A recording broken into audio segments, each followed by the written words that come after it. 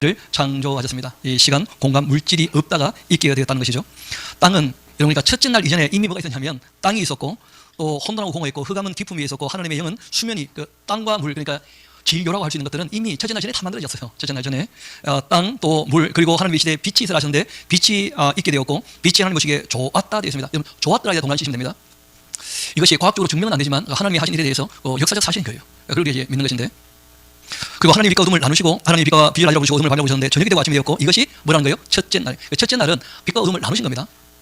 그래서 이미 진료가 있었고 그리고 이제 하루가 저녁이 되고 아침이 된다는 것은 그 이스라엘 백성들의 날짜 개념이에요. 우리는 해가 뜨면 하루가 시작되죠, 그렇죠? 그러니까 이 하루의 시작에 대해서 우리가 조금 관념이 달라요. 그리고 이어봅시다. 하나님의 시대에 물 가운데 공창이 있고 물과 물로 나누게 하시고 하나님의 공창을 만든다 공창 아래 물 공창 위 물로 나누게 하셨는데 그대로 되었고 하나님의 공창을 하늘이라고 부르셨는데 저녁이 되고 아침이 되니 이것은 둘째 날입니다. 둘째 날에 하나님께서 그 공창 위에 물 공창 아래 물로 나뉘신 거죠. 그리고 구절 이어봅시다. 하나님의 시대에 천하의 물을 한 곳으로 모이고 물이 묵지를 하셨는데 그대로 되었고 하나님 물을 땅에 부으시고 모인 물을 바다로 부으셨는데 하나님 보시기에 좋았습니다. 이런 거 좋았더라에다가 동그라미를 쳐야 됩니다. 진료를 만드시고 그리고 이제 빛과 어둠을 나누시고 공창 위에 물 공창 아래 물로 나누시고 좋았다 뭐 그렇게 하시는 거예요. 진료 만드시고 좋아하시고 나누시고 난 다음에 좋아하시고 하나님의 시대 땅은 풀과 씨 있는 채소와 각기 종류대로 씨가 열매 나무를 내라시니 그대로 되었습니다. 땅이 풀과 각기 종류대로 씨 있는 채소와 각기 종류대로 씨가 열매 나무를 내니 하나님 보시기에 좋았다는 거예요. 여러분 이거는 유전 법칙이하고 과학으로 확인되는 것이죠. 각기 무엇대로요? 종류대로. 이게 과학이죠 뭐.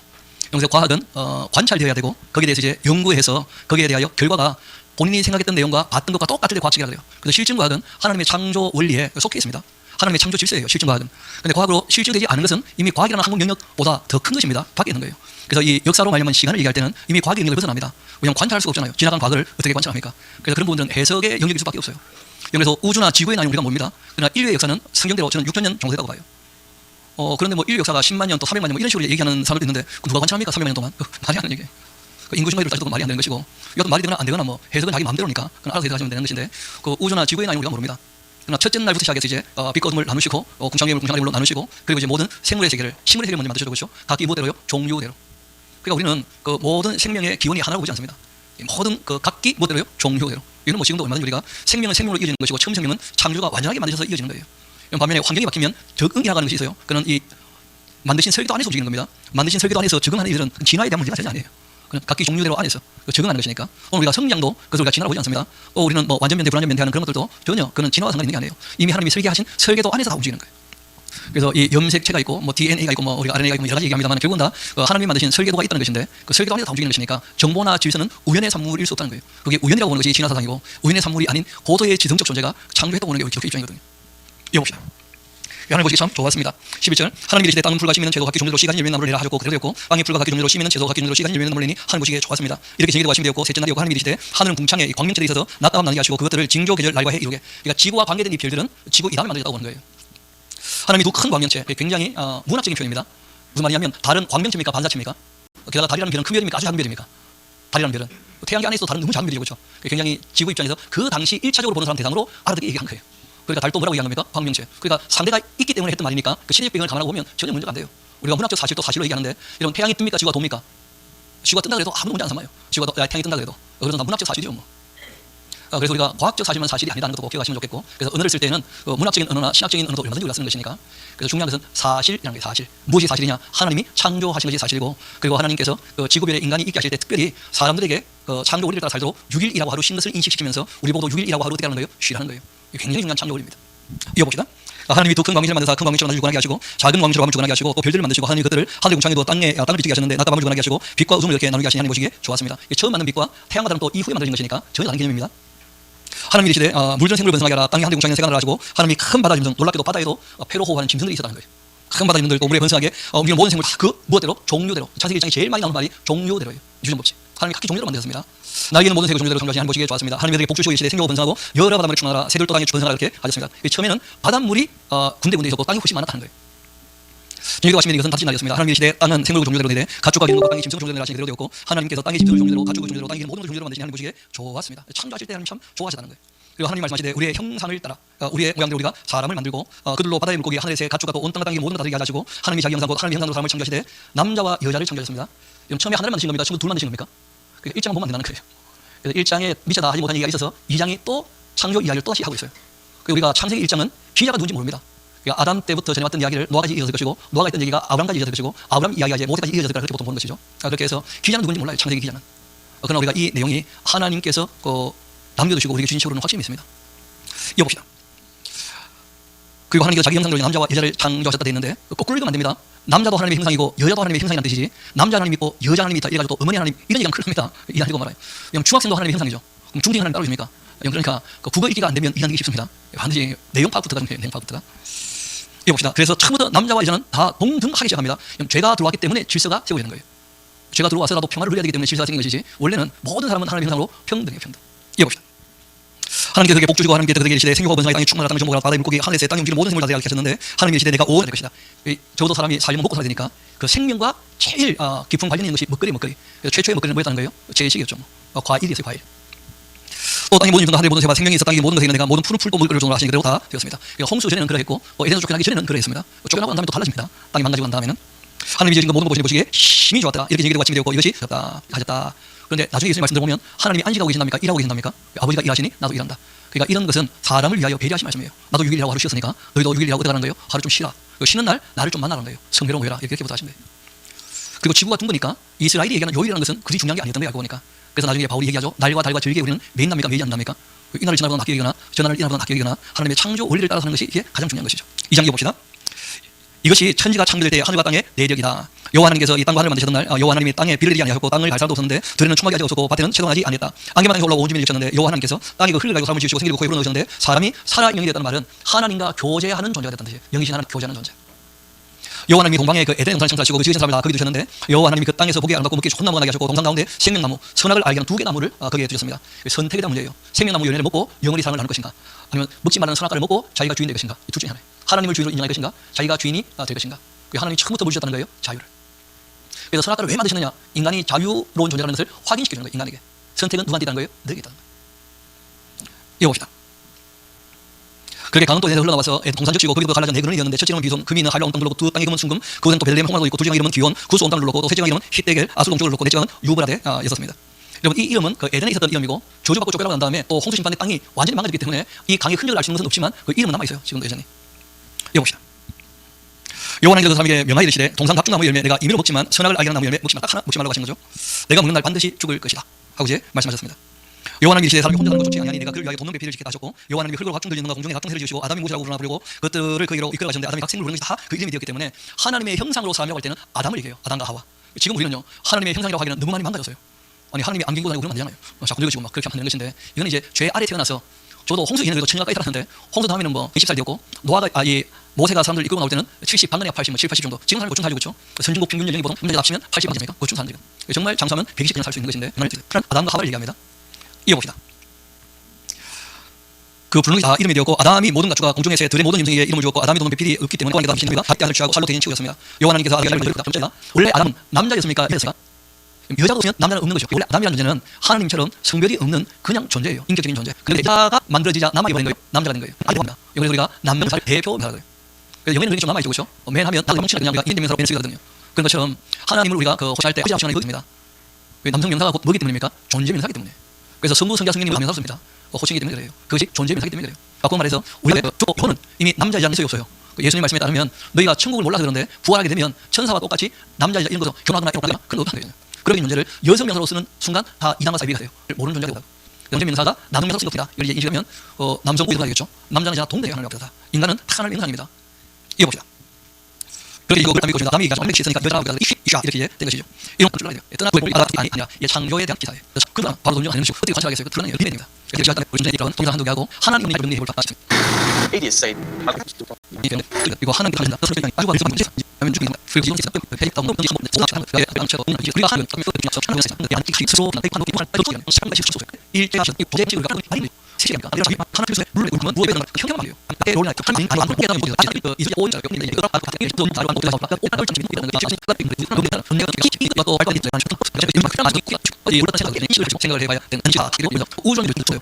이게 우주론 이런 거 생각 많이 왜냐면 정나 저도 불가능 조에서 백보가는 시간이 작은 저 그다음에 거대한 이런 말씀이 있으면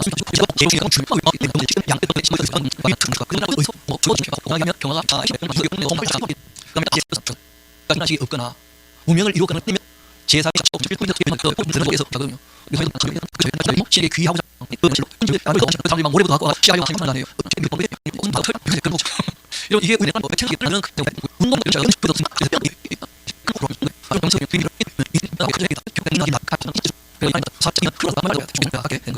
선생님이 못해요. 여러분 수학이 법칙이기 때문에 연구를 할 수 있잖아요. 여러분 일상성이 없다면 연구 자체가 불가능하죠. 그렇지 않습니까? 똑같은 어떤 수치를 집어넣을 때 똑같은 답이 나오는 것들을 확인하면 그걸 활용할 수 있잖아요. 왜냐하면 규칙이 작용을 하니까. 그거 한번 봅시다. 규칙은 스스로 만들어진 겁니까? 있던 규칙을 발견하는 겁니까? 원래 만물의 규칙이 있고 그 규칙을 발견하고 있는 거 아니에요. 발견하고 있다면 만드신 분이 따로 계신 거죠, 당연히. 이미 규칙을 창조에 대한 질서와 창조에 대한 원리를 이미 누가 만들어 두셨고 그걸 과학자들이 주신 지혜와 지식 가지고 발견하는 거예요. 그래서 우리가 이 실증과학이라고 하는 것은 하나님의 그 일반 계시, 창조 원리, 일반 은혜에 속해 있는 거예요. 그래서 의사들이 충분히 창조 원리를 알고 그 사람들을 치료한다고 한다면 그건 언제든지 은혜 안에 있는 거예요. 그 주신 지혜나 지식을 다 넣어주신 거예요, 하나님께서. 그래서 성경은 지식이나 지혜를 자랑하지 말라는 얘기 하셔요. 왜냐하면 사람을 위하여 활용하기 위해서 뭐 주신 거예요? 그 지혜와 지식을 주신 것이니까. 그건 자랑할 게 아니고 잘 활용을 해야 돼요. 사람들 유익을 위해서. 부함도 마찬가지입니다. 자랑 거리가 아니에요. 내가 얼마나 부렸다가 중요한 게 아니고 어떻게 잘 쓰느냐 그래. 사람을 위해서, 하나님을 위해서. 거기다 평가가 있거든요. 권력도 마찬가지죠. 우리가 이제 많은 사람이 함께 모여 살다 보면 어쩔 수 없이 그 질서라는 게 잡혀야 함께 우리가 평화를 누리게 되거든요. 그래서 어떤 이들에게는 위에서 볼 수 있도록 그 큰 권력을 줘요. 그 큰 권력이 있는 자에게는 큰 책임이 있다는 것이죠. 그래서 더 큰 책임이 있어요. 그래서 가르치는 자에게는 더 큰 심판이 있다는 거예요. 성경은 그 권력 자랑할 게 아니라는 거예요. 하나님이 나를 어떤 자리에 세우셨느냐 이 동양이 아니고 자기에게 맡기신 그 은사를 어떻게 활용하여서 사람을 유익게 하느냐 이게 중요하다는 거예요. 그래서 하나님 계신 것이 믿어졌다면 하나님은 이 땅을 사랑으로 공의로 정의로 다스리고 계신다는 것을 아는 게 중요하다는 거예요. 거기에 자신이 쓰임을 받아야 돼. 그 지식이나 그 권력이나 그 모든 부여가 풍요라고 하는 것이다. 그런 것이죠. 그리고 우리가 이 법칙의 원인 누가 법을 내리겠냐는 거예요. 여러분 그 이런 거 생각해봐요. 배를 타고 가다가 파전을 당했어요. 그 이제 밤에 이제 쓸려 올라가서 섬에 도착했는데 너무 배가 고팠어. 그 손을 뻗었더니 주변에 과일 나무에서 과일 하나 따먹었어요. 그리고 자고 다음날 일어나 봤는데 과일 나무가 2m 간격으로 일정하게 빼고 계신 게 있다면 유인도겠습니까? 무인도겠습니까? 유인도를 알 수 있는 이유는 뭐 때문이라는 거예요? 질서가 딱 잡혀있다는 거예요. 그리고 우리가 영생에 대한 소망을 갖는 이유가 어디 있냐는 거예요. 이 소망에도 원인이 있어요. 소망할 수 있는 무엇을 주셨다는 거예요. 약속을. 그래서 우리가 소망을 갖게 되는 거예요. 영생에 대한 소망을 주신 분이 하나님이신데 사람에게 다 뭘 사모하는 마음이 있다는 거예요? 영원을 사모하는 마음이 있다는 거예요. 사람은 불안전한 존재니까 완전을 향해 나아가고자 하는 뭘 갖고 있다는 거예요? 소망을 갖고 있다는 거예요. 또 우리가 만족스럽지 못한다는 것은 만족스러운 뭐가 있다는 거예요? 완전한 것이 있다는 뜻이에요. 진선미에서 다 원인이 있는 것이죠. 우리가 무엇을 참되었으나 다 아름답다고 하는 것은 거기에 대한 대상이 이미 규정되어 있기 때문에 그 모든 것의 원인이 다 누구시라는 거예요? 하나님이시라는 거예요. 그 이름을 좀 따져봤을 때 하나님 없다고 함부로 얘기할 수 있겠냐는 거예요. 모든 것의 근본되시고 근내시는 자존자 스스로 계시는 하나님이 계시는 거예요. 그래서 하나님께서는 나 외에 다른 이가 없다 말씀하시면서 나밖에 신이 없다. 너는 나를 알지 못해도 나는 너의 띠를 동이고 했던 곳에서 지는 곳에서 나밖에 다른 이가 없는 줄 알게 하겠다. 이 고레스에게 얘기하는 것인데 그 페르시아 왕이었죠. 그렇죠? 왜냐하면 그 페르시아가 조로아스토교라고 해가지고 그 빛과 어둠, 선한 신이 있고 악한 신이 있다 이런 식으로 인식을 했거든요. 하나님이 아니라는 거예요. 빛도 내가 지었고 어둠도 누가 지었어요? 하나님께서. 저녁이 되고 아침이 되니 그것도 하나님이 지으신 거예요. 평안도 하나님이 지으셨고 환란도 여러분 천국도 하나님이 만드셨지만 지옥도 누가 통치할까요? 하나님이 지옥을 만드셨어요. 마귀를 집어넣을 감옥으로. 여러분 마귀는 지옥의 주인이고 천국은 하나님이 주인이다. 그 기독교가 아니고는 배화교의 배화교 조라스교. 그래서 천국도 지옥도 다 누가 만드신 거예요? 하나님께서. 하나님이 주인이시라는 거예요. 이 모든 일을 내가 행하고 있다. 하나님이 지어서 생겨나게 된 것입니다. 그래서 바울은 이런 얘기합니다. 우주와 그 가운데 만물을 지으신 하나님께서는 천지의 주체가 되신다. 손으로 지은 전에 계시지 않는다. 또 무엇이 부정한 것처럼 사람의 손으로 성경을 받으시는 것도 아니다. 이는 만민에게 생명과 호흡과 만물을 친히 주시는 이시다. 인류의 모든 요소 한 혈통으로 만드셨고 온 땅에 살게 하셨고 그들의 연대를 정하시고 거주의 한계를 정하셨다. 이는 사람으로 하나님을 더듬어 찾아서 어떻게요? 발견하게 하시려고. 사람이 생각이라는 걸 해보면 절대자가 있다는 걸 다 인식한다는 거예요. 그런데 자기 스스로 욕심으로 딴신을 만들어버리면 하나님 못 만난다는 거예요. 교만하거나 욕심이 있으면 하나님을 만날 수가 없다는 거예요. 그래서 우리가 다 하나님의 그 형상이라고 한다면 하나님을 금이나 은이나 돌이다 사람의 기술과 고안도 생각도 같이 그렇게 만들어서 생기면 안 된다는 거예요. 사람이 손으로 만든 것은 신일 수가 없는 것이죠. 하나님의 형상이라면 우리가 우리의 실상은 누구겠어요? 하나님이시죠. 사람이 자기 형상으로 만들어서 뭐라고 그래요? 그리고 우상이래요. 우상. 그럼 우리 한번 봅시다. 여러분 그 절단에 가면 우상이 있잖아요. 다윗이 비슷하게 만들었잖아요. 근데 가만히 있잖아요. 왜냐하면 그 우상의 실상인 사람이 시원찮으니까 그 사람의 형상이고 우상도 시원찮은 거라. 그럼 반면에 우리 봐요. 이렇게 우리가 살아있는데 우리의 실상이 되신 하나님이 당연히 살아계시는 거 아니겠어요? 그걸. 여러분 저에게 아버지 어머니가 있을까요? 없을까요? 봤어요? 우리 고조 할아버지는요. 우리가 다 안 봐도 당연하고 인정하는 거예요. 믿을 만큼 확실하잖아요. 아니 내가 있는데 우리 할아버지가 없었겠냐고 그래. 저도 우리 고조 할아버지 못 봤거든요. 그래서 저는 이 땅을 확실히 알아요. 믿고 알아요. 없이는 다른 존재가 있을 수 없기 때문에. 마찬가지로 창조주가 없이 어떻게 그 형상되는 내가 있겠냐는 거예요. 그 예전에 그 초등학교 5학년짜리 전도할 때 그 어머니가 그러더라고. 자기가 학교에서 짱이라는 거야. 주문이 제일 세대. 그래서 나보고 아버지 말라 하더라는 거예요. 그래서 내가 네 지금 나한테 이기겠나? 그랬더니 그럴 수는 없지만 조금 있으면 아저씨는 늘 거고 초등학교 언니도 도와줘. 자기는 힘쓰실 거라는 거예요. 그러니까 지금 아저씨한테 가보면 15년 후에는 혼납니다 하면서. 나한테 물어봤어요. 그럼 한번 물어보자. 내가 15년 지나서 나보다 힘들었다고 하자. 그리고 50년 지나면 니도 약해지지 않냐? 그 생각을 안 해본 거야. 자기가 힘만 세질 것이지 늙는다는 것을 초등학교 왕자가 생각을 안 해본 거예요. 그 생각도 해보니까 늙는 것도 맞잖아요. 점점 자라면서 힘 세지겠지만 정점을 넘으면 또 늙을 거 아니에요. 그렇죠? 그래서 물어봤어요. 자꾸 변하는 네 주먹을 어떻게 믿겠냐 그래. 자기들이 못 믿겠죠. 어제까지 믿었는데. 얘기 보니까 변하는 것은 믿을 수 없는 거예요. 변하지 않는 완전하신 분을 믿어야 돼. 그래가지고 전도 돼가지고 노인교회 잘 다녔거든. 초등학교 5학년 아이만 해도 실제로 진리를 얘기하면 택한 백성이면 듣고 돌아와요. 그래서 우리가 하나님이 정말 계신다 할 때 적어도 넣어야 돼요. 그래서 쭉 말씀을 드렸던 것입니다. 그래서 하나님 말씀에서 창세기 1장 2장 우리가 쭉 볼 때 많은 단어가 사용되고 있지만 우리가 경험하는 단어하고는 실제로 좀 다른 단어예요. 창조는 초월적 사건이었거든요. 초월적 사건. 그래서 이제 이 창조 이야기 제일 타락에 대한 이야기가 나오는 거예요. 인간 타락은 딴 게 아니고 자기가 자기 주인 되고 싶다는 거예요. 그럼 지난 사람이 스스로 있다면 자기가 주인이라는 거예요. 그래서 우리가 하나님에 대하여 네 가지 고백이 꼭 필요해요. 첫 번째는 창조주라는 고백이 반드시 필요해요. 두 번째는 죄에서 사망의 소리를 건져주신 구세주라는 고백이 꼭 필요합니다. 세 번째는 그분이 지금 우리의 삶도 여전히 곁에도 도우신다고 하는 보혜사에 대한 고백이 꼭 필요해요. 그리고 우리가 이 땅에서 살고 난 모든 삶에 대하여 반드시 평가하신다고 하는 심판주에 대한 고백이 꼭 필요합니다. 우리가 하나님에 대해서 네 가지로 꼭 고백하게 되는데 그런 것이죠. 그래서 이 사람이 하나님의 형상이라고 할 때는 인격이 있다는 것과 그리고 양심이 있다는 거예요. 그래서 하나님이 사람에게 이제 인격과 양심을 부여하시고 그리고 영혼도 뭐 보이지 않는 실제니까 그래서 말로 설명이 불가능해요. 보이지 않는 세계이기 때문에 그렇죠. 여기 우리 양심이 활동하고 있다면 영한 거예요. 그래서 우리가 1장 2장 다음에 이제 살 수가 없고 타락 얘기를 하면서 이제 인간의 그 진화 사상에 대해서 우리가 또 언급을 할 수가 좀 없어서 이 타락 이야기가 좀 정리해보고자 합니다. 뭐 타락했을 때 아담과 하와가 타락했을 때 어떻게 있었는지 한번 3장으로 같이 가볼까요? 1절 보면 그런데 뱀은 여기죠. 이건 뱀은 그냥 뱀입니다. 이거는 굉장히 신학적인 용어이기도 한데 하와 할머니가 만나서 대화했던 그 존재는 뱀이었어요. 근데 계시록 가보니까 이 옛날 하와 할머니를 꽂혔던 그 뱀이 붉은 용이고 마귀고 사탄이고 그래요. 원래 이 귀신은 영이잖아요. 영. 보여요 안 보여요? 안 보이잖아요. 여러분 천사도 영이 보여요 안 보여요? 그런데 실제로 사람들의 보이는 것들이 있습니까 없습니까? 있죠. 그래서 이 영이지만 영체 어떤 모습을 갖고 있어요. 그런데 이 천사나 하나님께서 사람들에게 자신을 보내실 때는 대부분 전체 모습이 사람의 모습이었어요. 사람의 모습. 야곱이 씨름할 때 천사가 씨름했잖아요. 근데 처음에는 그냥 사람인 줄 알고 붙잡고 씨름했지 않습니까? 알고 보니까 뭐였다는 거예요? 천사였던 거죠. 아브라함 지나가는 나그네를 영접했는데 알고 보니까 누구였던 거예요? 하나님과 천사였거든. 여러분 그 롯이 지나가는 나그네를 영접했는데 알고 보니까 뭐였어요? 천사였어요. 그렇죠? 바꿔 말해서 영적인 존재가 사람에게 그 실존적 존재로 이제 가시적으로 드러날 수밖에 없는 일이 벌일 때가 있다는 거예요. 초월적 사들이죠. 그럴 때는 천사들 하나님은 인간의 모습이 이제 되어 나타나는데 반면 악령의 세계는 하나님도 풍부하신 육체라는 게 있어요. 그게 뱀의 모습이고 용의 모습이에요. 그래서 뱀을 보면 좀 섬뜩한 게 있는 것이죠. 뭐. 그래서 이런 것도 굉장히 신학적인 용어입니다. 거기 하나 적어놓으세요. 하와 할머니는 뱀과 만나 얘기했다. 그러면 돼요. 하와 할머니 얘기가 전해진 것이겁니다. 하와 할머니는 뱀과 얘기를 했는데 나중에 보니까 그게 악령이 누굴 속인 거예요? 하와 할머니를. 이때는 이제 귀신과 대화한 게 아니고 하와 할머니는 그 본인 기억이 뱀과 대화했던 거예요. 그리고 대화가 딴 게 아니었죠. 이미 뭐가 있었습니까? 욕심이 있었다고. 그러다 보니까 이게 잉태에서 뭘 갖고 온 거예요? 죄를. 근데 그 욕심은 하나님 쭉 아니야. 그러니까 뭐 살수 없고 니가 하나 잡지만 그 얘를 싹 따는 거잖아. 내가 하고 빼니까 확실한 그냥 화제 그 어떻게 지금 날부터 그래. 사랑하는 건 그것이만. 뭐 예화가 그런데 여기 지금 네. 이 여자가 내가 얘기 모든 나무를 뭐냐? 이게 단어 이름이가 하나님의 예식을 넘어가 말라. 네가 있다는 거예요. 하나님 알고 있는 말씀을 다 뜯었다. 배에 밥이 잡혀. 그래도 단호하게 한마디 하죠. 네가 그것을 먹는 날 결코 죽지 않을 뿐 아니라 네가 말하고 하늘 띄고 선악 중에 올라 하와 배를 빼는 처럼 보살 애는 그런 거 하나님 성자신 말씀 하는 경험을 하는 거기 내게 다시 나는 하나라는 그렇게 나는 나가게 은죠. 애들 맞아 이제 저쪽인데 시험 빼내겠죠. 그리고 이제만 더 나가고 벽에 지금 ጭ다 벽에 모든 받았어. 받은 거죠. 그래서 그냥 오디움 잡으실 때는 또 지금 우리가 상대 아니 동조 아바도가 하나 초에 저주로 왔기 때문에 참 조심해야 될 필요가 있죠. 그래서 이 두지 시면 떠들고 하늘을 되게 되면 이 참 나게 그게 나고 이것이 인간 행태는 참 굉장히 참 필요가 있죠. 그래서 할수들 너는 그렇게 생각하겠다. 또 여자에게 말씀하시죠. 내가 너에게 임신하는 고통 크게 나겠다. 그래서 아기를 베고 10개월 정도 지난 동안에 그것도 참 힘들어요. 임신해도 참 고통이야. 아기 출산하기 전까지 출산도 고통이고. 그리고 나중에 알게 되는 것인데 나오니까 더 고생이야. 이게 또 뒤에 다니면 더 고생이고 그러다 더 큰 문제고. 이 사람이 그렇게 되는 거죠. 여자에게 말씀하십니다. 누구하고 자기가 낳게 되고 그리고 부탁을 합니다. 여자에게 너는 남편을 좀 원하라고. 그리고 남편들을 다스리도록. 그러니까 죄가 윗배고 난 다음에 뭘 세우시는 거예요? 가정의 질서를 세우시는 거예요. 피차 복종하는 게 우선이 있는데 죄가 들어왔기 때문에 질서가 안 생기면 평생 싸워. 포기를 못하는 거예요. 질서를 세워놔야 최종 결정을 하면 따라야 된다 이렇게 되잖아요. 그게 안 되면 이제 그 가정은 뭐 평화로울 수 없는 거예요. 그래서 성경이 피차 복종을 하라 이게 우선이고 충분히 서로 대화가 되는데 평행을 달리게 되면 그러면 아내가 어떻게 하는 거예요? 순종을 하는 거예요. 왜냐하면 평행선을 달릴 만큼 입장이 첨예하다면 벌써 되게도 상관없어요. 둘 다 괜찮은 거예요. 얼마나 고민을 많이 했겠어요. 그러니까 그건 큰 문제가 되는 거예요. 그래서 질서를 세워주는 것이고 남자에게는 결정을 할 때 책임을 져야 됩니다. 어떤 책임을요? 아내가 가장 행복할 수 있게 결정을 해야 돼요. 그래서 저희 집에서 보통 그렇게 되더라고요.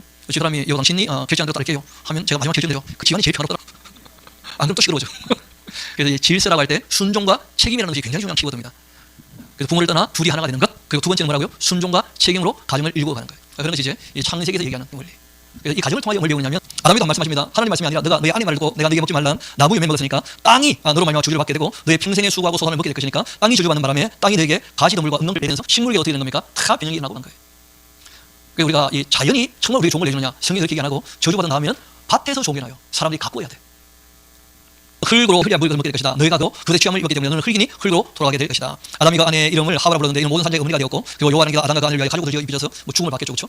여호와 하나님이 이르시되 보라 이 사람 선악 아는 일 중 우리와 하나같이 되었다는 거예요. 하나처럼 되었다는 거예요. 어떤 부분에 있어서는. 근데 그것이 위에 있는 사람에게 전혀 그렇지 않은 것이었죠.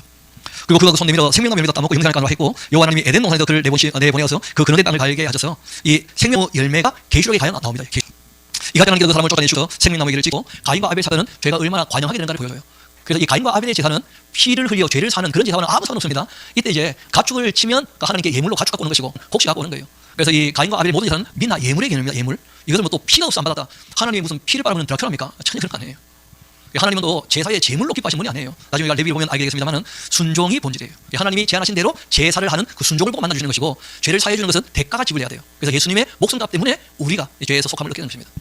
그런 것이라서 가인과 아벨 제사는 그 피가 있고 없고가 중요한 게 아니고 성경이 얘기한 대로 가인은 어땠다는 거예요? 악했다는 거예요. 악한 자의 제사를 안 받습니다. 반면에 아벨은요 착했다는 거예요. 그리고 이제 그 사장으로 우리가 좀 더 뒤 얘기를 보게 되면 가인의 자손이 이제 나오게 되어지는데 라멕이라는 사람이 중혼 두 아내를 맞이하면서 가인이 자기 동생을 죽였잖아요. 근데 이 라멕이라는 사람은 자기 마음에 들지 않는 사람을 다 죽여버려요. 그냥 아주 폭력이 관영하게 되기 시작합니다. 그러니까 이 음행과 함께 폭력이 가득하게 되니까 사회윤리, 가족윤리가 다 깨어져 버리니까 그 죄악이 급속도로 확산되는 거예요. 반면 신앙을 가진 사람들이 있긴 합니다만 극소수였고 노아 때는 노아 가족 이외에는 아무도 없었다는 거예요. 신앙을 가진 사람.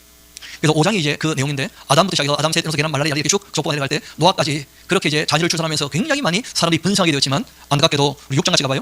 사람이 땅에 번성하기 시작할 때 그들에게서 딸들이 나게 되는데 하나님의 아들들이 사람의 딸들의 아름다움 보고 자기들이 좋아하는 모든 여자를 아내로 삼으면서 가족윤리가 완전히 깨어졌고 그리고 이제 폭력적인 세상이 되고 말았습니다. 여러분 이때는 행령이라는 게 없었잖아요.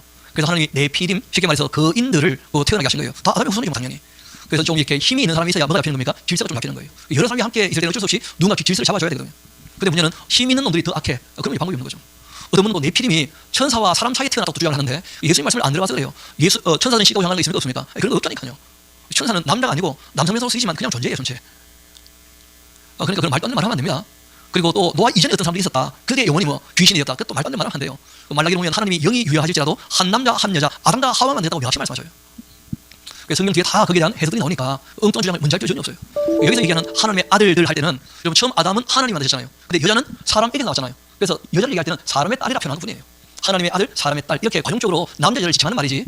또는 뭐 이걸 가지고 그 가인의 후손과 그다음에 셋의 후손이다 이런 식으로 보려고 하는 사람도 있는데 전혀 그렇지 않습니다.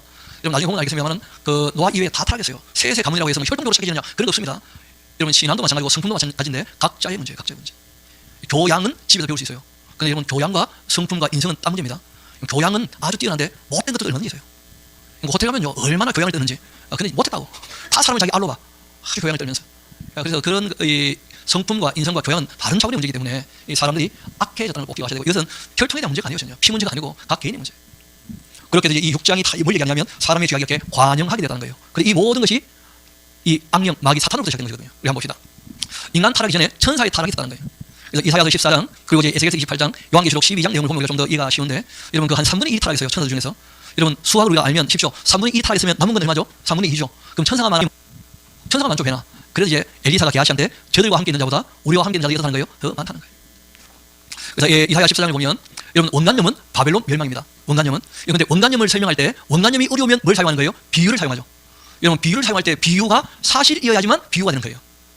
여러분 그 아프리카에 갔는데 주공이 없어. 그러면 수박같이 둥그런 것 그러면 수박이라는 것은 있는 거예요 없는 거예요? 그리고 주공이라는 원간염을 설명할 때 수박이라고 하는 비유관념을 따서도 비유관념은 사실이어야만 의미가 있어요. 내 눈은 호수요. 호수라는 것이 있어요 없어요? 실제가 있기 때문에 비유가 돼요. 그래서 이 바벨론이라는 나라에 대한 멸망을 얘기할 때 그 나라가 교만하게 되었을 때 하나님께서 교만해서 하나님께 버림받았던 어떤 영적인 존재에 대하여 얘기를 꺼내신 거예요. 비유관념으로. 교만하기 때문에 어떻게 된다는 거예요? 버림받는다는 거예요. 그래서 바벨론 멸망을 설명하기 위하여 비유를 들었었는데 거기 보면 이 헬렐이라고 이제 말한 것이고 이걸 번역을 할 필요 별로 없었습니다. 아침에 아들 계명성이 되어 있는데 이거 그냥 헬렐로 쓰는 게 좋아요.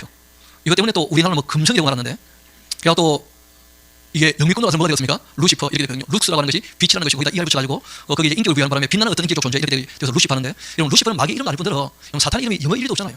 라틴어에서 영어로 넘어갔다 말이 안 되는 거예요. 그래서 거기다가 루시에다가 또 L 붙여서 루시엘 여러분 그 라틴어에다가 히브리어를 더 붙여가지고 이상한 말로 조합 만들어서는 뭐 그 마귀 이름이 루시엘이다 그 말도 안 되는 얘기하면 안 돼요. 그럼 마귀의 이름은 계시되어 있지 않아요. 별명만 많습니다. 거짓의 아비예요. 옛 뱀이고 붉은 용이고 그리고 마귀고 하나님께 이 인간들을 참수하고 있는 사탄이에요. 하나님을 대적하는 자. 거짓의 아비고 별명은요 엄청 많아요. 그래서 우리가 성경이 얘기하는 정도를 정리하면 좋겠는데 뭐라고 얘기하냐면 어찌 그리 하늘에 떨어졌고 너 얼굴을 높은 자가 어찌 그리 땅에 지켰는가 너가 너 마음에 이르기를 내가 하늘에 올라가서 하나님의 묵별리 내 자리를 높이겠다 내가 북극 집에 산에 앉겠다 가장 높은 구름에 올라가서 지극히 높은 이와 어떻게 되겠다고요? 같아지겠다 이렇게 했다는 거예요. 그러니까 피조물인데 자기를 높여서 누구처럼 되겠다고요? 하나님처럼 되겠다는 거예요. 그것이 교만의 극치였어요. 그 순간 하나님께 버림받게 됩니다. 그러나 이제 내가 솔곧 이 구덩이 맨 밑에 떨어짐을 당하게 될 것이다. 그래서 이 악령이 원래 존재가 천사이기 때문에 자신을 광명의 천사로 얼마든지 말할 수 있다는 거예요. 가장할 수 있다는 거예요. 그래서 우리가 천사를 만났다. 천사인지 악령인지 구분 안 갈 수가 있어요. 얼마든지. 그래서 우리가 유일하게 진리를 긍정할 수 있는 것은 체험이 아니고 기록된 말씀이에요. 그래서 골로새서에는 천사를 만났다고 떠드는 사람들이 있던데 보니까 본 것에 의지해서 허되게 과장하는 사람들이고 머리를 붙들지 않는 거예요. 교회 머리신 예수님을. 그 예수님이 하신 말씀이 명확한데 자꾸 뭘 보고 땅을 듣고 와서는 엉뚱한 얘기 하는 거예요. 이미 바울 때도 그런 사람들이 많았다는 거예요. 그런 거 정말 주의해야 됩니다. 머리를 붙들어야지 변하지 않는 그 말씀을 안 그러면 다 쏟기 마련이죠. 이 에스겔서에는 조금 더 상세히 얘기하고 있는데 이 케루핌이라고 하는 그 천사를 이제 얘기를 해요. 머리가 그 네 면으로 돼 있어요. 그 사자 같고 독수리 같고 동아리 같고 사람 같은데 그 뭐 에스겔이 봤다니까 번쩍 믿어야죠 우리가 뭐. 그런데 그 에스겔서 28장을 보면 이렇게 게시되어 있습니다. 인자야, 이 두로 왕을 위하여 슬픈 노래를 지어 그에게 말해라. 구도는 똑같아요. 두로 왕이 교만하게 되었는데 이걸 설명하려고 비유를 이제 갖고 봅니다. 주 여호와의 말씀에는 완전한 도량이었고 또 지혜로 충족했고 온전히 아름다웠다. 내가 옛적에 하나님의 동산 어디 있었다고요? 에덴에. 에덴에서 아담과 하와를 미혹했던 놈이 지금 두로 왕을 어떻게 하고 있는 거예요? 미혹하고 있는 거예요. 그 각종 보석과 홍보석, 황보석, 금강석, 황곡, 홍만옥, 창곡, 청보석, 남보석, 홍옥과 황금으로 단장하고 있었는데 너가 그다음 중요한 정보가 나옵니다. 지음을 받던 날 뭐라는 거예요? 피조물이라는 거예요. 여러분 우리가 악이라고 하는 것은 스스로 발생한 거 아닙니다. 악은요 하나님이 창조하신 것도 아닙니다. 악은 무엇이냐면 관계성에 대한 표현인데 하나님이 만드신 선택의 자유가 있는 이 존재가 하나님께 등을 돌리게 되었을 때 그 존재를 뭐라고 하는 거예요? 악하다고 하는 거예요. 하나님께서. 그러니까 이 악이라고 하는 것은 관계성에 대한 표현인 것이지 악은 자생한 것도 아니고 악은 선이 부족해서 나타난 것도 아닙니다. 선의 결핍으로 이렇게 되는 것도 아니에요. 악은 또 하나님이 창조하신 것도 아니에요. 하나님은 천사를 창조했는데 그 천사의 특성 중에 하나가 인격적 뭐가 있다는 거예요? 선택의 자유가 있다는 거예요. 그래서 그 선택의 자유가 있는 존재가 하나님을 떠났을 때 그때 그 존재를 보고 하나님께서 뭐라고 하시는 거예요? 악하다고 하시는 거예요. 하나님께서. 그게 악의 개념이에요. 그래서 악은 자생이나 선의 결핍이 아니다. 꼭 염두에 두셔야 됩니다. 이 악은 관계적 표현이라는 거예요. 그래서 인간들과의 관계에서 그런 얘기 하잖아요. 너 참 악한 놈이다. 나한테 뭐가 있니까요? 늘 나를 괴롭히니까. 그래서 가만 보면요. 깡패들이 웃기는 얘기예요. 경찰 보고 악하대. 자기를 잡으러 오는 경찰이 나쁜 놈이라는 거예요. 나쁜 자기를 잡으러 오는데 자기들에게 이제 악하다는 거죠. 관계성의 표현이에요. 그래서 인격적인 존재가 이제 하나님을 떠나면 그 존재를 뭐라고 하는 거예요? 악하다고 하는 거예요. 그러니까 이 피조물이었던 천사인데 하나님을 떠난 천사를 악하다고 하는 거예요. 지금 받던 날 너를 위해 소고 비파도 다 준비되었는데 너 기운 부음 받고 지키는 원래 케루핌이었는데 하나님의 창조 세계를 관리하는 존재였거든요. 내가 너를 세우며 너가 하나님 천상에 있었고 불타는 돌들 사이에 왕래했다. 내가 지금 받던 날부터 너희 모든 일이 완전했는데 마침내 너에게서 불의가 드러나게 되었다. 너희 무역이 많아서 너희 가운데 강포가 가게 해서 너에게 너가 범죄하게 되었다. 너 지키는 케루핌아 그러므로 내가 너를 아주 더럽게 여긴다. 하나님의 상조 쫓아내었고 불타는 돌들 사이에 미라했다. 이유는 너가 아름다움으로 마음이 어떻게 되었다고요? 교만하게 되었다. 그러니까 하나님이 창조주가 되시는데 자기를 높여 누구처럼 되고 싶어 했다는 거예요? 하나님처럼. 그게 교만이라는 거예요. 그래서 하나님 창조주시다, 구세주시다, 보혜사가 되시고 심판주시다. 하나님과의 관계 설정에 있어서 하나님이 주인되는 것을 인정하지 않는 것을 뭐라고 얘기하는 거예요? 그걸 교만이라고 얘기하는 거예요. 교만. 하나님이 주인되는 것을 인정 안 하면 그 말을 따르겠습니까? 안 따르겠습니까? 그 안 따르는 쪽으로 나타나게 되는 것이죠. 그게 교만이에요. 그래서 이제 너를 땅에 던져 왕들 앞에 두어서 그들의 군사가 되게 하겠다 그렇게 하신 것이고 바빌론 왕도 두로 왕도 다 교만하게 되었는데 그 교만을 부추긴 존재가 누구였다는 거예요? 그게 바로 사탄이었어요. 악령의 두목이죠. 그래서 제일 앞잡이를 우리가 사탄이라고 하고 그 조개들을 뭐라고 하냐면 귀신들이라고 해요. 귀신들은 복수가 엄청 많아요. 사탄은 보통 단수로 쓰입니다. 한 마리. 근데 사탄이 이렇게 고유 명사화되어서 한 마리로 쓸 수도 있지만 말씀드렸죠. 그 단어 뜻 자체가 하나님을 어떻게 하는 거예요? 대적하는 존재예요. 그래서 일반 명사로는 하나님을 대적하는 존재에 대해서 사탄아 이렇게 표현하는 경우가 있다는 거예요. 그래서 베드로도 이제 예수님 그 십자가 달리시면 안 됩니다 하고 막 안 된다고 하니까 뭐라 그럽니까? 사탄아 베드로 물러가라 이렇게 하는 거예요. 그러니까 베드로 속에 사탄이 있다 이런 게 아니고 베드로가 지금 하나님의 일을 어떻게 하고 있으니까요? 방해하니까. 그건 이제 단어의 뜻을 가지고 일반 명사화해서 표현한 것이고 고유 명사화되었던 인격적인 존재로서는 사탄은 한 마리면 한 마리. 그리고 조개를 뭐라고 한다고요? 귀신들. 이걸 다 합쳐서 뭐라 그럽니까? 악령들의 세계다 이렇게 얘기하는 거예요. 그래서 이 악령들의 세계가 존재하는 이유가 있다는 거예요. 이놈이 실제로는 그 옛날 하나님의 나라에서 별 3분의 1을 끄다가 땅에 던져가지고 이게 영계 타락사가 되었죠. 그래서 하나님의 일을 방해하는 그 존재였는데 하나님이 자신의 일을 방해하는 것을 뻔히 알면서도 이 악한 놈들 활동하게 허락하신 이유가 있다는 거예요. 우리 어디로 가야 되냐면 우리 이사야 66장 같이 한번 가볼까요? 이사야 66장. 그럼 우리가 성경 한번 봅시다. 1절부터 한번 봅시다. 여호와께서 이와 같이 말씀하시되 하늘은 나의 보좌고 땅은 나의 발판이다. 너희가 나를 위해 무슨 집을 짓겠느냐? 내가 안식할 처소가 어디 있겠느냐? 나 여호와가 말한다. 내 손이 이 모든 것을 지었기 때문에 그들이 생겨난 것이다. 무릇 마음이 가난하고 심령에 통회하면서 그가 겸손하면 하나님께로 돌아오게 되죠. 그렇죠? 주인께로 돌아올 거 아닙니까? 죄를 다 자복하고 회개하고 돌아오게 될 텐데 그런 사람들은 내 말을 듣고 이제 떠는 그 사람들은 내가 돌봐주지만 반면 이 종교 가지고 자기 의를 추구하는 사람들이 있어요. 소를 잡아들이는 것, 사냥한다는 의미 없이 하고 어린 양으로 대다리는 것, 개 목을 꺾는다는 의미 없이 하고 드리는 예물은 돼지의 그 피, 부정한 것과 다른 의미 없이 하고 분양하는 것, 우상을 찬송한다 다른 의미 없이 하는 것들 자기 길을 택한 거예요. 하나님의 그 뜻을 따라가지 않고 자기 좋은 대로 살기로 했다는 거예요. 자기 길을 택했어요. 그래서 그들의 그 마음은 뭘 기뻐한다고요? 가증한 것. 하나님이 원치 않은 것을 좋아해요. 그래서 4절 봅시다. 나 또한 이때 난 누구에서요? 하나님께서 그러한 자들에게 유혹을 그들이 택할 수 있게 주었다는 거예요. 그러니까 하나님 떠난 사람들이 택할 수 있는 게 뭐가 있을 거 아니에요. 사람이란 뭐가 있으니까요? 종교성이 있으니까. 그래서 하나님께서 그들이 의지하면서 따를 수 있는 존재를 일부러 허락하신 거예요. 하나님은 떠나버렸는데 그 존재가 누구라는 거예요? 그게 바로 사탄이라는 거예요. 나 또한 유혹을 그들에게 택할 수 있게 주어서 그들이 무서워하는 것. 그들이 뭘 원하냐면 다 구원을 원하고 영생을 원할 텐데 실은 지옥 가게 되겠죠. 그렇죠? 그들이 무서워하는 것 그들에게 임하게 하리다. 이유는 구원은 받고 싶어 하는데 내가 말해도 그들이 듣지도 않더라고. 아직 나의 목전에 여전히 악을 행하고 있고 내가 기뻐하는 것을 기뻐하지 아니하는 것을 택했기 때문이라는 거예요. 그러니까 종교성을 가지고 구원에 대한 소망은 있는데 정작 구원을 베푸시는 누구 말을 안 들어요? 하나님의 말씀을 듣지도 않고 따르지도 않아. 그래서 그런 사람들 따르도록 누구를 허락했다는 거예요? 악령의 활동에 허락했다는 거예요. 그래서 우리가 정말 이 신앙은 그 영적인 문제이기 때문에 악령의 활동을 가볍게 여길 수 없다는 거예요. 그래서 늘 말씀으로 다시 살펴봐야 돼요. 자기를. 우리 신약에도 한번 가보도록 합시다. 악이 왜 활동하는지. 우리 데살로니가 후서 2장 같이 가볼까요? 사도 2장.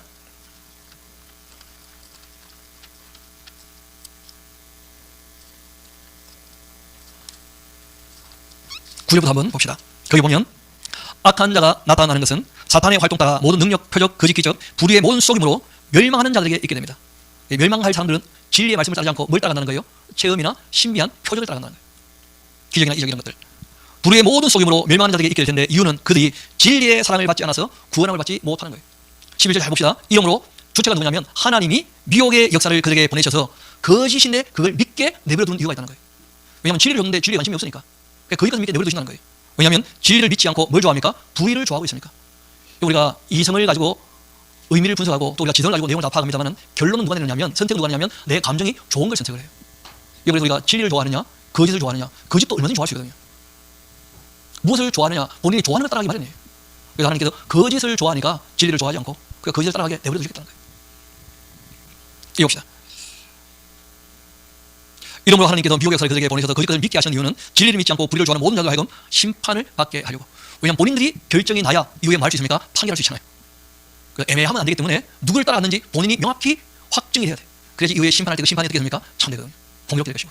그래서 하나님께서 일부러 악이 활동하게 허락하셨다는 거예요. 뭐 때문에요? 검증과 연단을 위하여. 그래서 이 악령들의 그 실체에 대해서 성경이 또 하신 말씀이 있어요. 그들의 별명이 뭐냐면 시험하는 자예요. 뭐 하는 자라고요? 그래요.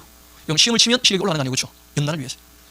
그래서 이 악령의 세계를 우리가 얘기할 때 그들의 역할이 있다는 거예요. 이 땅에서 잠시지만 정한 기간까지 악의 역할이 있어요. 크게 두 가지입니다. 인격을 가진 인간에게 무엇을 위해서요? 검증과 연단을 위해서 하나님께서 잠시 활동하게 허락하신 것이고 이 악이 반드시 뭘 맞이할 겁니까? 종말을 맞이하고 새하늘 새 땅이 될 것이고 궁극적인 천국으로 이제 이어지게 될 것을 말씀을 하신 거예요. 그래서 시험하는 자가 있다는 걸 꼭 기억하시면 좋겠고 그래서 예수님께서 하신 말씀이 있습니다. 그 예수님이 세상에 오셨는데 세상은 악하기 때문에 하나님을 못 알아보더라는 거예요. 자기가 주인 되고 싶으니까. 세상이 미워한다는 거예요. 진리를 따르는 사람들. 세상이 악하니까. 너희가 세상 속에 살고 있지만 세상이 자기의 것을 사랑할 것이나 너희는 세상에 속한 자가 아니기 때문에 도리어 내가 너희를 세상에 택했기 때문에 세상이 너희를 미워하는 것도 이상하게 여기지 말라는 거예요. 내가 아버지 말씀을 그들에게 주었는데 세상이 그들을 미워하더라는 거예요. 그러니까 우리가 이 땅에서 우리 마음에 하나님 나라가 이루어지게 됐을 때 우리 주변에 있는 이 세상은 우리를 사랑해 준답니까? 미워한답니까? 미워하는 거예요. 말씀이. 이 세상이 어떻다는 거예요? 악하다는 거예요. 그래서 내 마음에 하나님 나라가 이루어져서 확정되는 게 아니고 내 마음에 하나님 나라가 이루어지면 뭐가 있을 수 있다는 거예요? 핍박이 있을 수 있다는 거예요. 환란도 얼마든지 있고 고난이 얼마든지 닥친다는 거예요. 그래서 우리가 사는 세상을 좀 이해를 합시다. 끝으로 너희가 주 안에서와 그 힘의 능력으로 강건해지고 마귀의 관계를 능히 대하기 위하여 하나님의 전신갑주를 입어야 될 텐데 우리의 이 씨름이라고 하는 것은 혈과 육 이런 걸 상대하는 것 아니고 여러분 실제로 세상은요 통치하는 이 정치인들이 움직이는 것처럼 보여요. 근데 실제로 그 뒤에는 누가 있느냐면 정치인들에게 자금을 대어주는 그 권세자들이 있어요. 그리고 실제로 이들 뒤에 또 누가 있느냐면 어둠의 세상 주관자. 그 누구냐면 자본주의나 공산주의나 어떤 이데올로기나 사상을 만들어내는 세상을 실제로 움직이는 주관자가 있다는 거예요. 관리하는 존재를 얘기하죠. 그리고 하나님은 주관하지 않습니다. 우리가 또 오해를 해서 역사를 주관하시는 하나님 이런 표현하는 경우도 있는데 하나님은 역사의 주권 주인이셔요. 그리고 주관이라는 말은 뭐냐면 주인에게 위탁받아서 어떤 부분을 관리하는 존재를 주관자라 그래요. 그러니까 우리가 기도할 때마다 하나님 보고 역사를 주관하고 있다고 얘기한다면 관리에 대한 책임을 누가 져야 돼요? 하나님이 져야 될 거 아니에요. 그 하나님이 또 어떻게 본인이 책임지면서 어떻게 본인이 또 심판합니까? 그래. 주인이기 때문에 주관, 관리하도록 맡겼던 모든 것들에 관하여 이후에 마시는 거예요? 심판하시는 거예요. 그래서 우리가 말을 좀 가려 써야 됩니다. 하나님이 역사의 이 주관, 관리라고 한다면 그 책임은 하나님께 져요. 우리에게 맡기신 겁니다. 여러분 우리 개인에게 다 관리를 맡기신 것이 몇 가지가 있어요. 우리가 활용하는 시간들, 우리가 또 누리는 이 공간, 우리가 만난 모든 이 사람들, 관계적으로 인간관계, 또 우리에게 허락하신 모든 물질들, 그리고 우리에게 주신 재능이나 예능이나 체능이나 온갖 지능이나 우리에게 주신 모든 것들은 우리가 어떻게 됩니까? 관리하고 관리에 대하여 반드시 평가받게 돼 있어요. 그래서 우리가 관리를 잘해야 돼요. 마찬가지로 어둠의 세상 누가 있다는 거예요? 주관. 이 세상을 실제로 관리하는 존재는 누구냐면 어두운 존재들이에요. 실제로 누구한테 속은 존재냐? 악령에 속은 존재들이에요. 그 뒤에 또 있죠. 하늘에 있는 누구요? 악의 영들이 있다는 거예요. 이들을 우리가 상대하는 것입니다. 이들을. 신앙인이 되어서 성실하게 자기 먹고 살 길도 열리지 않는다는 건 좀 문제가 있는 것이죠. 그렇죠? 그래서 자신이 정말 정직하고 성실하게 살아서 자기 먹고 살 길은 일어나야 돼요. 그리고 우리의 싸움은 혈과 육에 대한 게 아니라는 거예요. 이 세상이 이렇게 정면적으로 악하기 때문에 우리가 악에 물들지 않도록 끝까지 견디고 이기는 것이 우리의 신앙의 싸움이에요. 그래서 계시록에서 끊임없이 얘기하는 것이 끝까지 어떻게 해요? 견디는 자. 어떻게 되지 않고요? 세 속에 물들지 않고 이 세상 물결에 흘러 떠내려가지 않는. 그러니까 유행에 민감하면 이미 유행과 함께 떠내려가고 있는 겁니다. 그래서 남들이 사는 스마트폰 조별로 다 산다. 빨리 가서 회개하시고 정신 차려야 돼요. 세상 이 물결에 함께 떠내려가면 안 돼요. 세상은 추구하는 것이 결국은 돈이거든요. 돈. 욕심을 이루기 위한 것이거든요. 그래서 예수님 부탁이 있습니다. 시험에 들지 않게 특히 말하는 거예요. 기도를 좀 하는 게 기도를. 시험에 들지 않게 기도하는 게 여기 있는 거죠. 뭐. 시험에 들지 않게 깨어서 우리를 시험에 들게 하지 마시고. 그리고 우리가 이 선한 싸움을 싸운다는 것은 그런 겁니다. 그래서 시험이 올 때 우리가 하나님 말씀을 좀 믿어야 됩니다. 사람이 감당할 시험 밖에는 너희가 당한 것이 없을 뿐 아니라 오직 하나님을 믿으셔서 감당하지 못하는 시험은 허락하십니까 안 하십니까? 안 하셔요. 시험 당할 점에 피할 길을 내시고 너희로 능히 감당하게 하시는 거예요. 어떤 분이 와가지고 목사님 저는요 감당하지 못하는 시험이 있어서 시험을 넘어서지 못하는 늘 시험 당한다는 거예요. 그러면서 성경에 왜 이런 말씀인지 모르겠대. 제가 그분에게 물어봤어요. 내가 하나님을 믿을까요? 당신 말을 믿을까요? 여러분 한번 생각해봐요. 선생님이 초등학교 1학년 때 집에 가서 아버지 어머니 10번씩 쏘라 그런 숙제 내실 때 있지 않습니까? 그렇죠? 그러면 여러분 초등학교 1학년 집에 가서 그 실컷 놀고도 아버지 어머니 10번씩 쓸 수 있습니까? 없습니까? 근데 숙제 안 해오는 놈이 반드시 있어요 없어요? 있습니까 없습니까? 할 수 없는 걸 요구한 겁니까? 지가 하는 겁니까? 저는 하나님을 믿어요. 감당하지 못하는 시험을 허락지 않습니다. 본인이 안 해놓고 하나님 하는 것은 더악한 거예요. 정말 하나님을 신뢰해야 돼요. 하나님은 감당하지 못하는 시험은 허락지 않으셔요. 또 우리가 시험 당할 때에 뭘 내신다고요? 피할 길을 내셔요. 그리고 무엇보다 우리가 지금 이 자리에 살아있다고 한다면 이미 우리가 시험을 지나온 것도 확실하다는 거예요. 우리가 하나님을 신뢰하면 아무 문제 없어요. 또 사람이 시험 받을 때 하나님께 시험 받는다 그런 얘기 하지 말라는 거예요. 그건 악한 것들이 하고 있는 것이니까. 하나님은 악에게 시험 받지도 않고 친히 아무도 시험하지 않으십니다. 오직 각 사람이 시험 받는 이유가 있어요. 욕심이 있으면요 미혹당하는 거예요. 뭐가 있으면요? 그래서 우리의 시조 그 아담과 하와가 뭐가 있었다는 거예요? 하나님처럼 되고 싶은 욕심이 있었다는 거예요. 그래서 넘어간 거예요. 욕심 때문에. 그래서 이 욕심과 그 교만 이 두 가지가 참 근원적인 죄악이니까 늘 우리 마음을 좀 살펴봐야 돼요. 내 속에 정말 가증한 것은 없는지 흠이나 티나 주님 옆에 것은 없는지 늘 살펴봐야 돼요. 그러면 악에 대해서는 좀 정리가 되었죠. 예. 그러면 하나님에 대해서 정리가 됐고 악에 대해서 정리가 되었으니까 우리가 3장, 4장, 5장, 6장까지 쭉 간략하게 정리했는데 여러분 실제로 선악과를 보면 인간 내면이 이렇게 된다는 거예요. 가만 놔두면 착해지는 쪽으로 갈까요? 못되는 쪽으로 갈까요? 가만 놔두면 이렇게 되고 말아요. 왜냐하면 악한 게 강하거든요. 그래서 말씀을 가지고 어떻게 하는 거예요? 씻으라는 거예요. 주님의 도움을 받아서 그 주님의 승리가 자기의 승리가 될 수 있도록 주님을 의지하고 믿어야 될 필요가 있는 것이죠. 그래서 말씀드린 것처럼 가인에게 하신 말씀은 너가 선을 행하면 어찌 나서 열지 못하냐. 선을 행하지 않기 때문에 엎드려져 있는 거예요. 그러니까 하면 안 됩니다. 안 되시다고 하시는 거예요. 형제는 아무리 들여봐서 안 받으신다는 거예요. 먼저 형제와 마하고요 화해하고. 그러니까 사람에게 범죄해놓고 그 사람에게 갚고 회개하지도 않고 하나님께 먼저 용서받았다. 그런 용서 없습니다.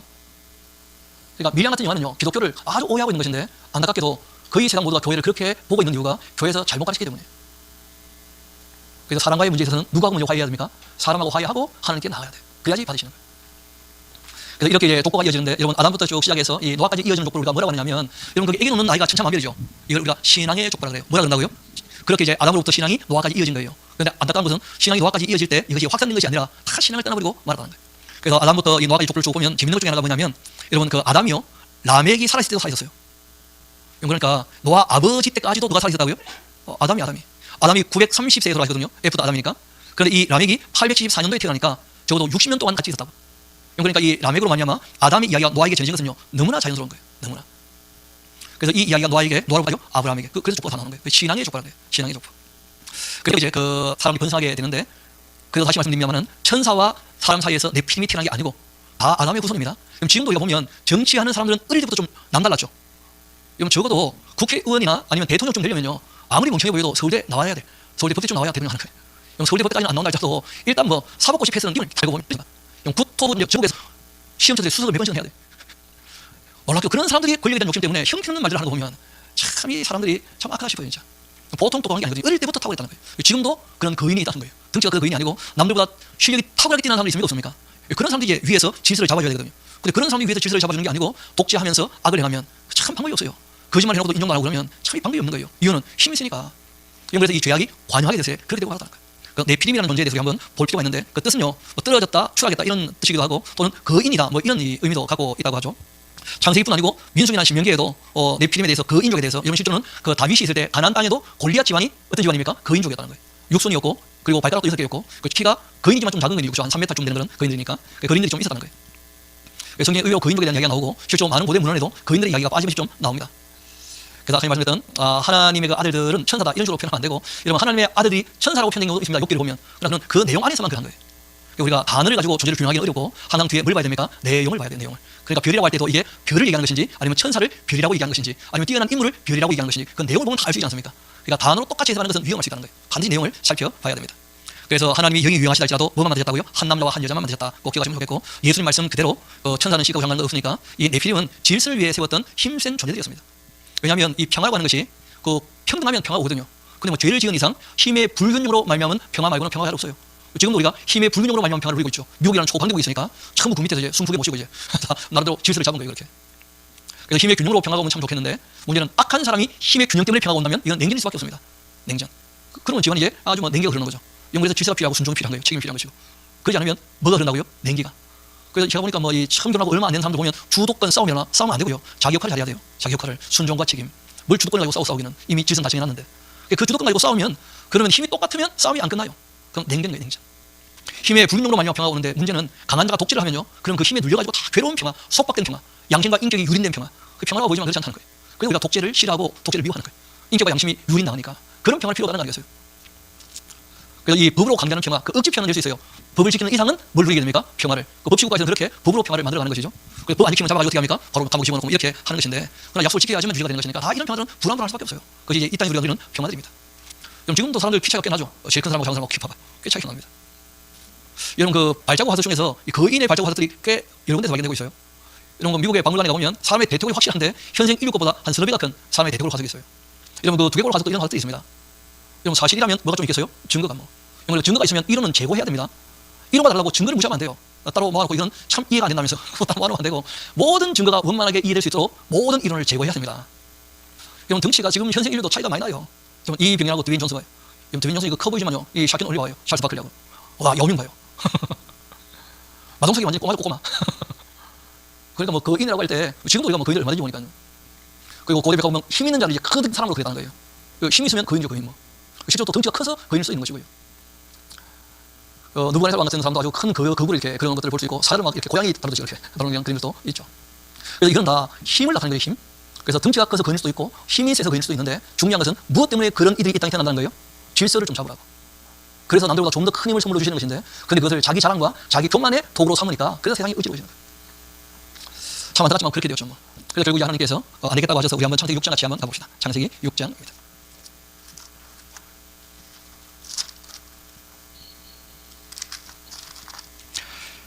오절부터 볼까요? 그 네피림에 대한 이야기와 함께 5절 가면 여호와께서 사람의 죄악이 세상에 가득함과 그 마음으로 생각하는 모든 계획이 항상 어떻다는 거예요? 악할 뿐이고 하나님 뜻을 따르려고 하는 것이 전혀 없어요.